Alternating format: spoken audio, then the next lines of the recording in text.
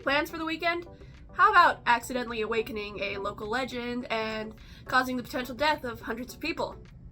Sounds like a fun time, doesn't it? Hey guys, welcome back to my YouTube channel. My name is Kiki Ogden, I'm a writer, and I am the Vampire Girl. November 8th was Bram Stoker's birthday, and to honor the man who made me who I am, we are doing a month of Stoker-related content, whether that is loosely related or reviewing more Dracula movies. Don't tell editing me, I'm afraid that they will actually kill me. Anyway,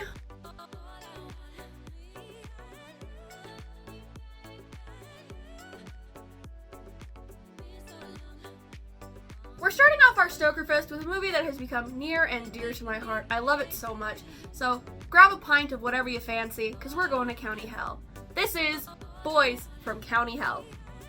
Boys from County Hell was released in 2020. It was actually the first movie that I watched on Shudder, which, you know, it's got a special place in my heart for that. This movie was directed by Chris Bow and was written by both him and Brendan Mullen. This movie stars Jack Rowan, Nigel O'Neill, Louisa Harlan, Michael Huff, and Robert Strange. Bram Stoker grew up in Ireland, which means he grew up hearing tales such as that of Abertac. Abertac was a violent chieftain who was one day finally put out of everybody's misery by another local chieftain and then started coming back from the grave, which is no fun for anybody, except him, probably. Boys from County Hell put their own spin on the legend of Abertac, and honestly, it is to great effect. Before we get into any spoilers, let's talk plot. Boys from County Hell follows Eugene and his group of friends as they're kind of navigating their future. They're a group of like 20-something-year-old people who don't really know what they want out of life yet. And then vampires. So they have to figure out not only how to move forward with their lives and their honestly fading friendships, but also they have to save their town from the clutches and the very gnarly toes of Abertac. The movie also focuses not only on Eugene's relationship with his friends, but also his relationship with his father, Francie, which has been on the rocks for quite a while. Boys from County Hell features copious amounts of blood, casual language, and that's pretty much it. There's some creature effects, there's no sauciness in this movie, but Abertac is pretty creepy, so you know. This movie is a ton of fun with some pretty gut-wrenching moments, but a lot of like really dark humor, which I always appreciate. So I love this movie. I'm giving it a rating of 4 out of 5. Alright, all you spoiler-free people, go watch the movie. Like I said, it is on Shudder. You can also find it at most Walmarts. I still find it in stock there, which is really encouraging. So go watch it and then come back to enjoy the rest of the video. But for the rest of you spoiler-loving weirdos, let's get into Boys from County Hell. Oh, hey! We're talking about the boys? Without me? Excuse me? Yep. We talking about the boys! I guess we're talking about the boys. If you guys have seen our other Tale of Two Flannels video, you will remember Miranda, my wonderful friend and roommate. We're still living together. But we moved. We did move. That's why one of the reasons I've been on hiatus for so long. Miranda has watched Boys from County Hell with me a couple of times because I love this movie and I watch it over and over again. So good. It's so good. So she wanted to come here and chat about it with me. Yeah. And I was not about to say no because it's a lot of fun. It is a lot of fun. Anyway, Such a good movie. such a good movie. A little bit more in depth about the plot. Boys from County Hell is about Eugene and his friends Will and Espy, and then Will's girlfriend Claire, who is also one of the boys. She's awesome. I love Claire so much. Louisa Harlan, fantastic job. And it's about them who are trying to get ahead in life. Espy has recently moved back to their town, 6 Mile Hill, which is this small town in Ireland that kind of relies on Bram Stoker's legacy and the legacy of Dracula and the legend of Abertac to gain their business. And Espy has recently moved back. Will is actively trying to get out of the town, and Eugene is just kind of floating. I kind of imagine him as the town drunk. He is. And he's like 20-something. You know, in most movies, town drunks are like 40-year-old divorced dads who with 8 kids who hates his life. But they're just kind of like the troublemakers. Yeah. So, they're just trying to get a hand on life, and then because they recently graduated, something like that. Or they're going to college, or I can't remember. They're college age kids. Yeah. Will makes the classic horror movie mistake of having dreams and aspirations in life and wanting to leave the small town, And that ends about as well as it usually does in these kinds of movies. Will dies suddenly and violently. With the town drunk in tow. Yeah. And so Eugene feels a lot of guilt about that because he was with Will when Will died. And the last thing that happened between them was a fight. Yeah. Both physically and verbally. Mm-hmm. They were both very, very drunk at the time. And they fought, and then Will got hurt, and then he died. Mm-hmm. And not in the way that you would expect. No, you wouldn't. In a vampire movie, you would not expect it. But I love it because it helps bring it to a circle, you know? Yeah. So Will dies, and it kind of spurs on these other actions for Eugene especially. Because after Will's death, Eugene kind of feels like he's lost his rock. Will was kind of the most responsible out of the boys. Yeah. As he was still a youth. He was still, you know, full of youthful exuberance. He still went out and had drinks with his friends. Yeah. But he was the one who was moving on with his life. And so when that is taken away from Eugene, he doesn't really know what to do. So he turns to the only other rock he has, which is his dad. As dysfunctional as that relationship still is at the beginning of the movie. Yeah. And Francie's company, he runs a construction company, has been hired to build a bypass through 6 Mile Hill, which actually crosses through Will's family's land. So Will's family is getting kicked off of their land in order for Francie, Eugene's father, to build this bypass. And not only do they have to kick Will's family off the land, they have to destroy the hot tourist attraction of 6 Mile Hill, which is this famous cairn, which is built over the grave of the vampire Abertac. And we see right off the bat that this cairn is like a huge tourist destination because Eugene and Will like drag a couple of tourists out there to see it, and SB's waiting and they scare on, which it's really freaking funny. It's a great moment, great setup to who these boys are. But they have to destroy it in order to build bypass, and the whole town is like really upset at Francie, and then at Eugene for it, because why not blame Eugene for everything? You know, youths. You know those youths. So yeah. So, and then it's like the like father like son kind of scenario. Yeah, which is really sad because Eugene has tried to distance himself from Francie. Yeah. We see that. Yeah. And then they destroy the cairn, and up comes Abertac. Woo! So one of these things I love about this movie, because it's just so good, is the writing. Mm-hmm. Like, it goes without saying, but like the whole like lore of like the entire thing threw me in for a loop. Mm-hmm. Yeah, and just again to clarify, this is going to be a spoiler-filled section. We're not going to go too deep into the plot itself, but we are going to be talking about aspects of like the theme and aspects of the monster and the characters that are going to be spoilers. So we're not going to lay out the whole plot, but we are going to chat. And so, again, spoiler warning, because some people don't hear too good the first time. So what is it in particular about the writing that you think works so well in this movie? So one of the things I love about it is definitely the setting and like it's just so gorgeous, and it's the humor as well. It was so very well written. Same with the characters themselves, and there was like no plot holes, and there was just like everyone's dealing with their own issues, but in a way that's not taking away from the idea of the movie, if that makes any sense. Yeah. So that's one of the main things I really love about this movie. And there's romance, but in a way that it's so subtle that if you blink, you'll miss it. Yeah. And that's another thing I love about this movie, is that it is about a group of friends. Yes. They are the boys from County Hell. Even our singular female character is one of the boys. Yes. So as cheesy as that sounds, and as bad as that trope can be sometimes, Claire is one of the boys. Claire is one of the boys. We love her. Because, yeah, she had a little bit of a fancy towards William. They were dating. They were together. They were dating. Okay, I didn't catch that. Yeah. But it was in a way that, again, I didn't catch that. Because it's not the focus of the story. It's not. The focus is on the friendship and the father-son relationship between Eugene and Francie.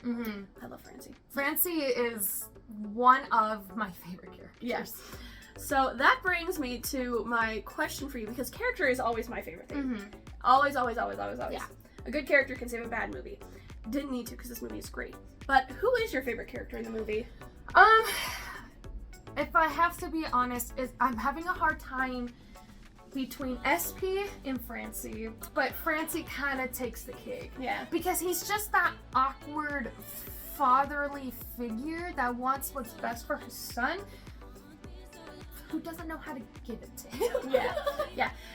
Francie is very much the, I don't want to say toxic masculine. I'll say it. But he's this very traditional father who is very, like, hard work, by the bootstraps. Yeah. Kind of like... hide your emotions. Yeah, very controlling, and... But you can tell it comes from a place of genuine care and genuine fear for Eugene. Because Eugene has... I don't think recently, but Eugene has lost his mother in the last few years. To something that isn't specified, but is implied to be suicide or some kind of accident. Yeah. Which has strained Francie's, has made Francie feel vulnerable, which really comes out. Especially towards the end. Yeah. When they were, back at the mom's house and stuff like that. So, and which is something else subtle about Francie and Eugene's relationship that I think was really good is Eugene lives in his mom's house, which I don't know if they lived in it before previously, but it's like her family house. It's been in the family for generations. He's renovating it. And he's renovating it. And Francie can't even, like, come inside the house. Yeah. It's too painful. And so Francie lives in town, away from everything. And he gives Eugene crap for trying to renovate the house and keeps telling him to sell it and to move on. Yeah. Which I feel like is just, and I'm sure you agree, is just Francie's way of getting away from the past and letting it die. Yeah, because he really did love his wife. Yeah. Oh, you can tell. Yeah. You can tell. And it's just hard for him to move on. So, like I was saying when we rewatched it, it's how they hide their emotions and then they just forget about it. Yeah. Is he your favorite character? Oh, of course he's my favorite character. The audience didn't hear from you. Of course he's my favorite character. I love Francie. Wee Cub. Wee Cub. I love that that's also his nickname for Eugene. Yeah. Because it's like, like a lion cub or like a wolf cub. It's just like somebody that you're supposed to train and bring up to be strong and fierce and stuff. Ugh, so cute. So good. But we also get an interesting father-son relationship. We see Eugene's and Francie's, which is like the main relationship. Yeah. There's also George and Will. That's true. George and Will's relationship is really interesting as compared to Eugene and Francie's. Yeah. Because George has gone to very extreme lengths to protect Will, who has come back as a vampire. Yeah. Which was really sad. It was really sad. There's a moment where George is like locking him in a room and we hear Will screaming, "Dad, Dad, Dad." I didn't catch it for last couple times we watched it. I didn't either. I noticed it the last time and it was just... It made it that much more chilling. Yeah. Because we are given the impression that these are creatures or monsters without their sense of their own. So hearing Will still yelling out "Dad," not only was he able to do speech, but he was still able to recognize faces. And which is really sad too, because the longer that they're infected, and this isn't explained, this is just kind of what we see. Yeah. Is a de-evolution of their humanity. Yeah. Because when we really see Vampire Will and when Eugene and the others interact with him, he's pretty much gone. Yeah. It's not Will anymore. The group which now includes SP, Eugene, Claire, and Francie, when they learn that Will has been turned, that's another moment that just makes me cry every time. George tells Eugene, this is before they find out that Will is a vampire. George invites Eugene to learn the truth. The first moment that I only caught this last time was Eugene goes to follow George and Francie tries to get in front of him and stop him. Which is like, Cope, think about if you really want to learn this or not. It's very, very subtle. But I caught it this last time, and I loved it, because it's another subtle moment of Francie trying to stick up for Eugene and protect him. The moment that gets me every time I watch this movie is Eugene sees Vampire Will, who is locked in a room, and leaves, and he tells Claire, Espy, and Francie what he's seen, and that Will is alive. And Claire leaves the room, and it's totally off screen, but we hear her scream, and it is so full of anguish and pain. It's so painful. And then Espy and Francie immediately run to check on her, and it's really painful. Because it's the fact that you're seeing a loved one who you have been deceived into death, and seeing them in that state where they are gone, it's gotta be hard to see that. Yeah, especially she was his girlfriend. Yeah, and it's just, and then how quickly Espy and Francie run after her, just, you know, proves more to their camaraderie, and something that I love. But George, after everybody has learned that Will is a vampire, he's still alive, George asks them to help him put him down. Yeah. And sweet Francie grabs the gun and is like, I'll go do it! Yeah. It's just like, Francie. Nah, the moment we need to talk about is Georgie, poor guy, is sobbing heavily on the couch.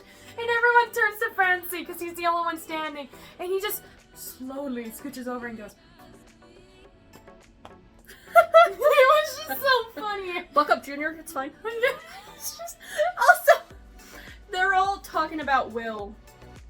And Eugene and Espy and Claire all say something really nice to him. And then they look at Francie and he's like, he had good manners. He always had good manners when he was over at our place. And everyone's like, that was the only thing you could think of. He's like, what? He had really good manners. Kid had good manners.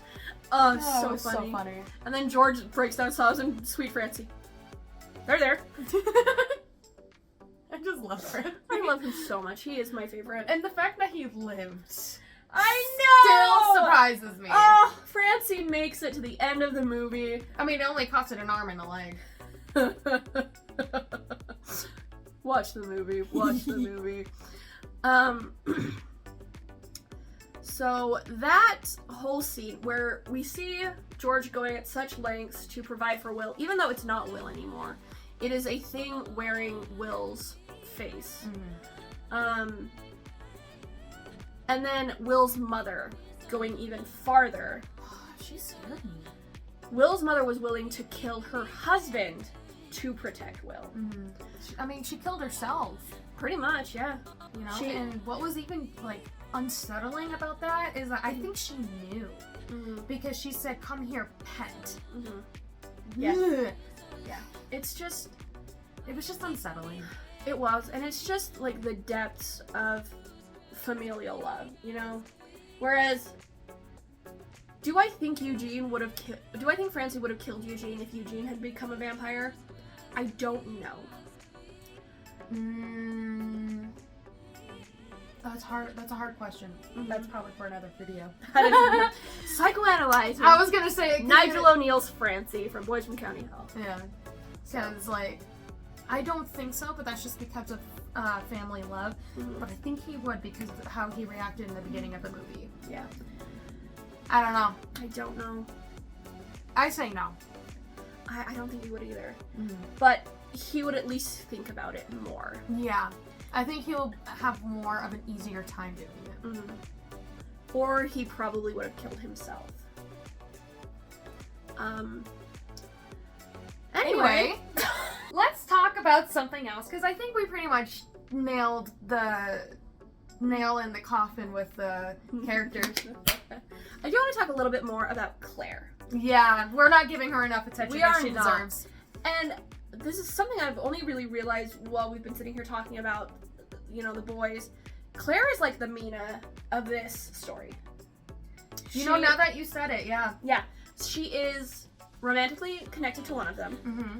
And then Jonathan doesn't die in Dracula, but she is immediately invited into the group, into the friendship. And they treat her like one of the own. And they do. And that's something that I really loved about Claire that other movies with a lone woman fail to do. Yeah. Especially in the romantic side. Exactly. Because they always try to force the main character with the main woman. You really think that Eugene is going to end up with Claire at the end of the movie. And I'm so glad they didn't. They don't. They do not end up together, which I freaking loved. Their friendship is still strong. It's stronger than ever, honestly. Yeah. Which I really, really loved. And none of the boys, like, make jokes about Claire or... No, they treat her with respect. They do, and they're just friends, which is so refreshing. It's so refreshing. And she's a smart woman. She is. You know, one of the things I really loved about Claire was when they were checking up in town to, you know, find, her mom and her stepdad. She was there trying to stop the bleeding, but then when she realized that wasn't working, she's like, oh, we're too close. So immediately, boom, she tries to get her mom out of the house and away from the tacky. The tacky man. The tacky man. I love you. But no, I agree. And something else that I think is really smart that and I think Francie is the one who suggested, because Francie's the best. They could have taken George's Jeep into town to find Abertac. They don't. They take the bulldozer. You know why they take the bulldozer? To be badass? All that. But to bury Tacky. Yeah. Yeah, exactly. And I didn't realize that until this last watch, which is why I always rewatch the movies before I edit them, before I review them. So, yeah. I thought that was pretty cool. And then Claire uses the bulldozer to get her mom out of the city. Yeah. Because Francie and Eugene kind of abandon it so Claire can use it. Anyway. Plot device. Which was really, really clever though. So. Yeah. And she also was the one who helps them lure Will out of the good room. That's true. So when they're trying to kill Will earlier, Eugene's like, I'll be used as bait to lure him down the hall and into this trap. And it doesn't fully work. Like, Will chases them because he's hungry. But he knows something's up.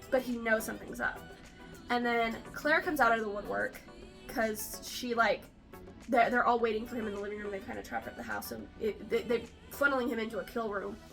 And Eugene is like, come on, you know, I know you blame me for killing you. Like, come on. What's the holdup? And then Claire is like, let me try something. And she takes Eugene's hand and holds his hand as like a, don't bite me!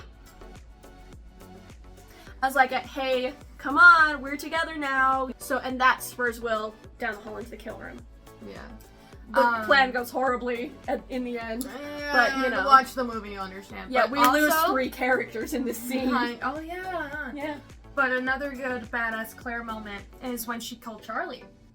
So we first find out that crap hit the fan when Charlie, who is a night guard that they hired to, long story short, he turns into a vampire. And they get into a scuffle, and it was a complete accident. Yeah. Still pretty badass. No, because when they put the stake pull through his heart and stuff like that, and they stake him to the ground, while the boys are arguing, she grabs the bulldozer and starts burying him. Yeah. I thought you meant because Charlie attacks Eugene and Claire in, like, the office on the construction site. I got my events mixed up. He's, like, pinned Eugene to the ground, and Claire comes out and, like, starts hitting him and stuff to get him off Eugene. And then... With said pull. And then ends up funny comedy, like, physical comedy moment, honestly. Yeah. Punches his heart clean out of his chest. Yeah. Oh, it's so good. It was so funny. And then they run out and they were like, well, we think he's dead. And he just comes wobbling out of the with like a giant pole sticking all the way through him and his heart on the back of the pole. Oh my gosh.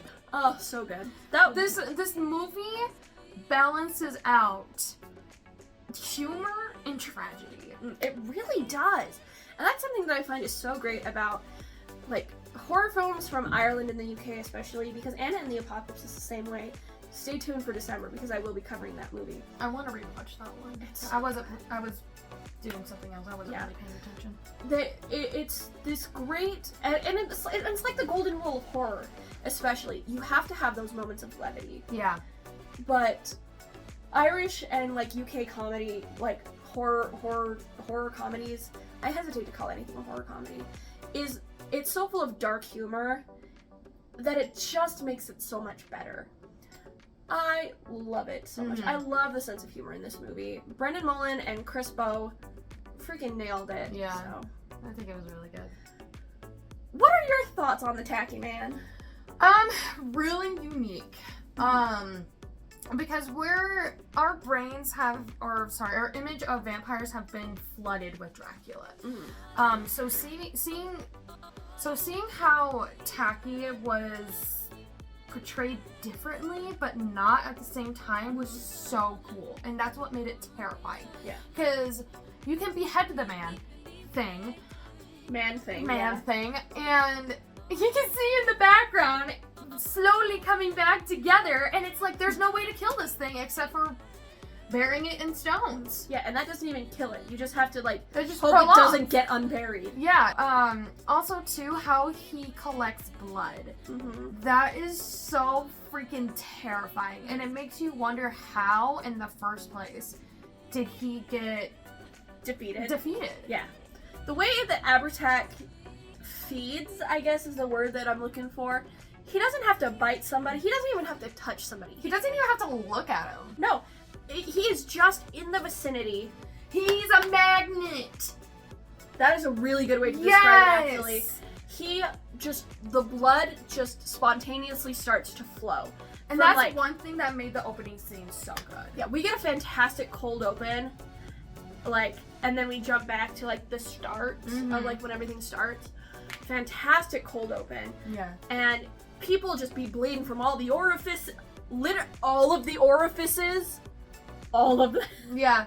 All of them. Because there's one thing that her and I were trying to say, you could just put a tissue for women up your nose, or, stuff like that. But then we see that it comes out through anywhere. And that's what makes it so terrifying, because it's it doesn't matter how protected you are. You're still gonna drain. Exactly. And like I said, he just has to be in the vicinity. So he pretty much walks through 6 Mile Hill, and everybody falls on the ground. Yeah. And it's just this mass casualty that is so scary. Yeah. And the blood looks really good in this movie too. Oh, so the blood, it's so perfect. The right color, the right viscosity. It looks like those poor extras. To me, it was the texture. Yeah, right? It just looked thick, which is what blood is. Exactly. So that's really scary. And then the way that people become vampires in this world as well is really, really cool and unique, because Fangs, so last year. Yeah, all of the vampires have really sharp teeth. Doesn't matter. You can get bitten, you can get scratched, you can get clawed, whatever. The thing that turns people into a vampire are the stones that were buried on top of Abertac's grave. So the stones from the cairn are what turn people into vampires. So when the night that Will dies, he gets scratched by a stone, by one of the stones.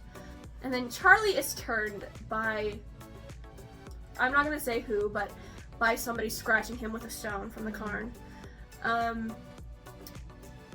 That's Carney. You're not invited back to the channel! Oh, come on! That's Carney. I hate you. That's the point.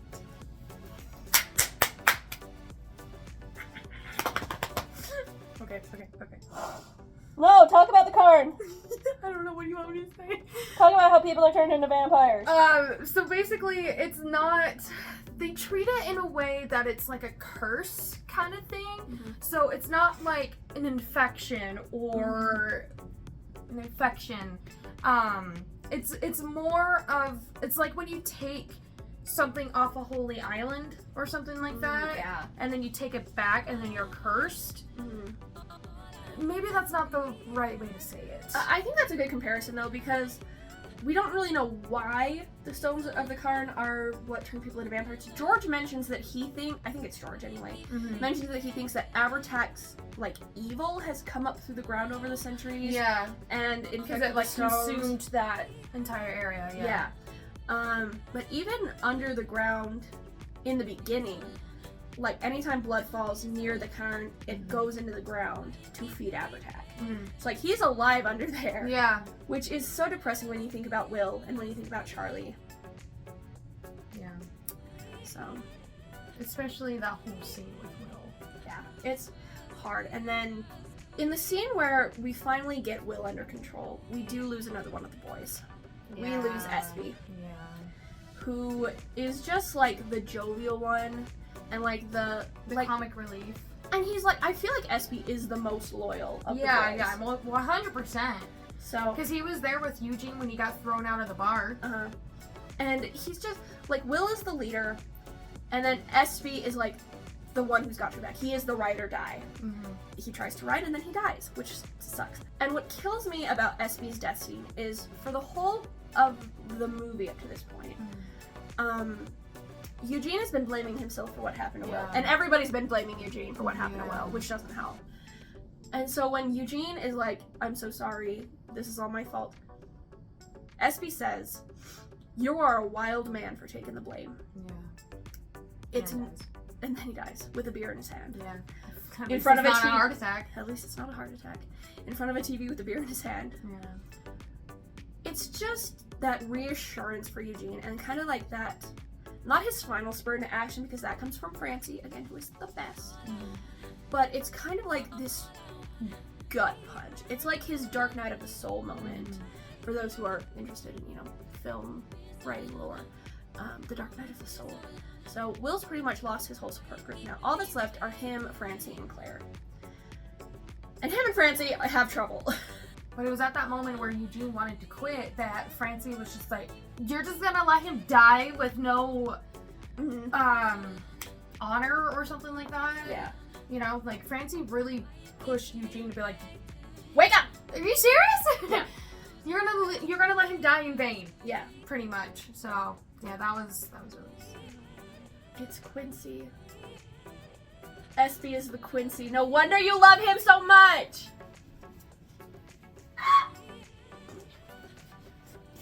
Yeah, you're right. I love Quincy. Quincy's my bae. Yeah, that was a great moment. And I feel like it's a great segue to talk about the themes of the movie. The theme that I want to talk about first came from one of George's lines before they kill Vampire Will. Okay. He says, I miss having you boys around here.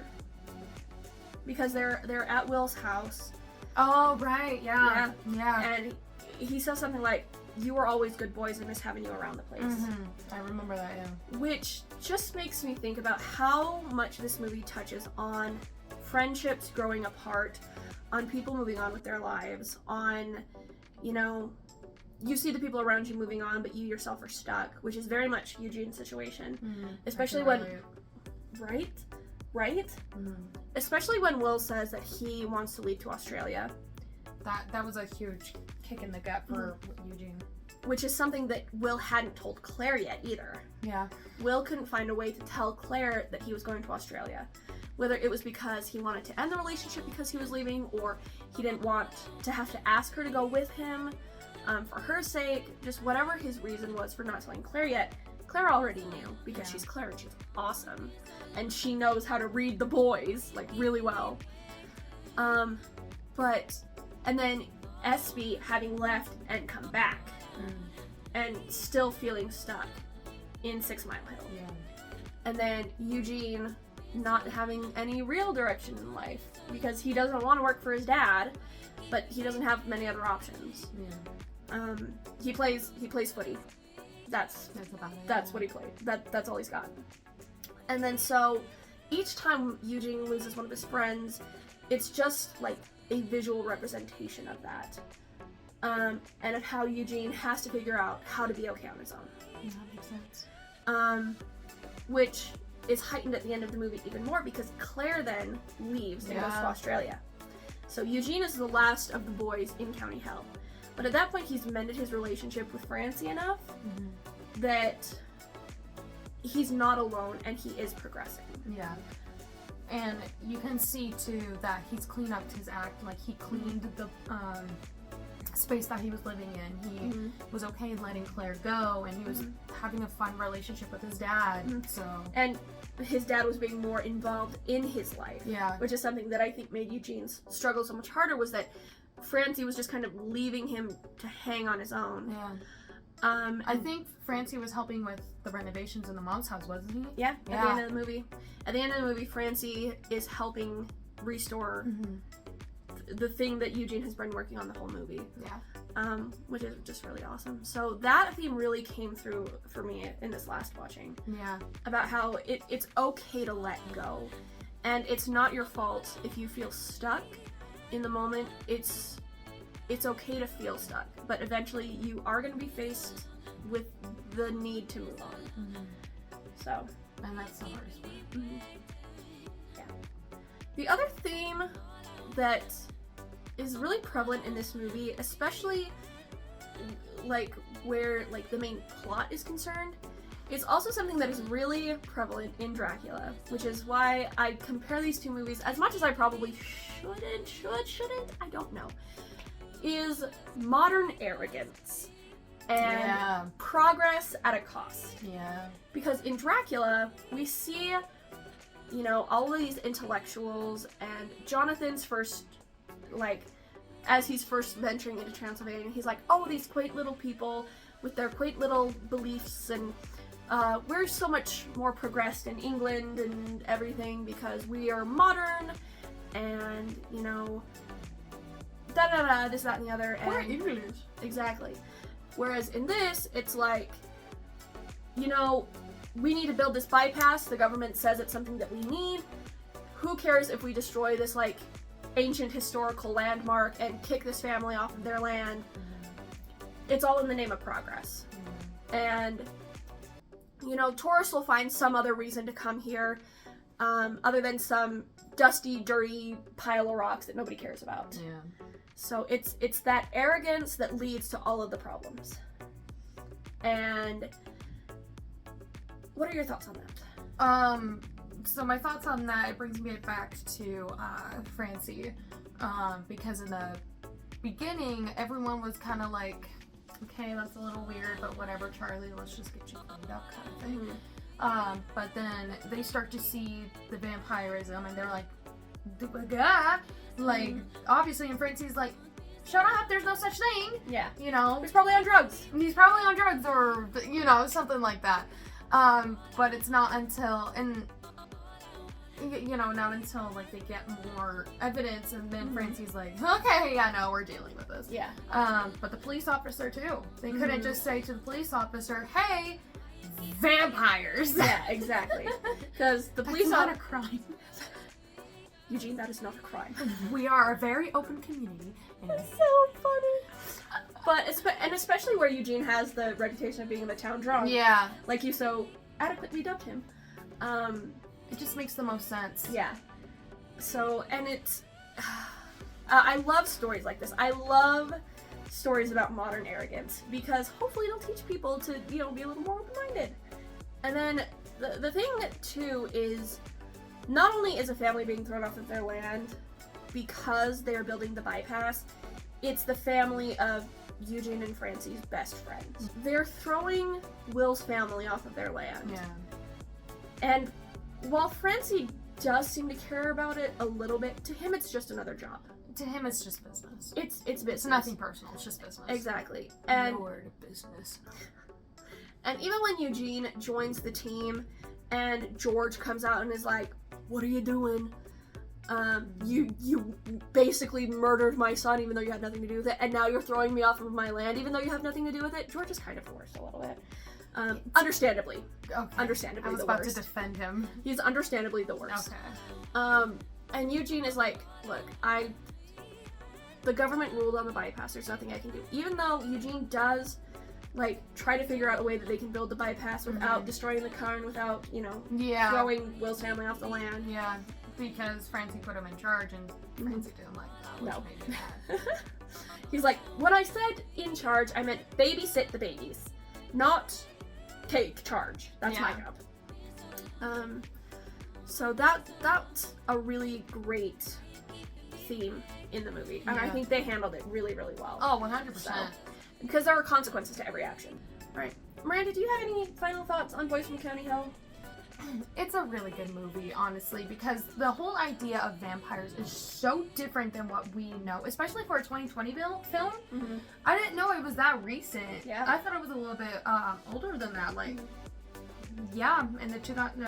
Anyway, so for this to be such a cool, unique way to interpret, to show the idea of vampires, I really enjoyed it, and the humor, the like lessons, the characters, just everything. Thank you guys so much for watching and for hanging out with us today. There's going to be a lot more going on this channel here in the near future. Sometimes Miranda will come back if I can stand her for more than 30 minutes. If you like this kind of like discussion-based content, make sure to like, leave a comment, and we'll do more of this stuff in the future. Yeah. I'm still getting back into the swing of things and, you know, trying to figure out which format works best and which format you guys like the best. We're going to get out of here. Hopefully we'll see you guys in County Hell. Bye! Bye!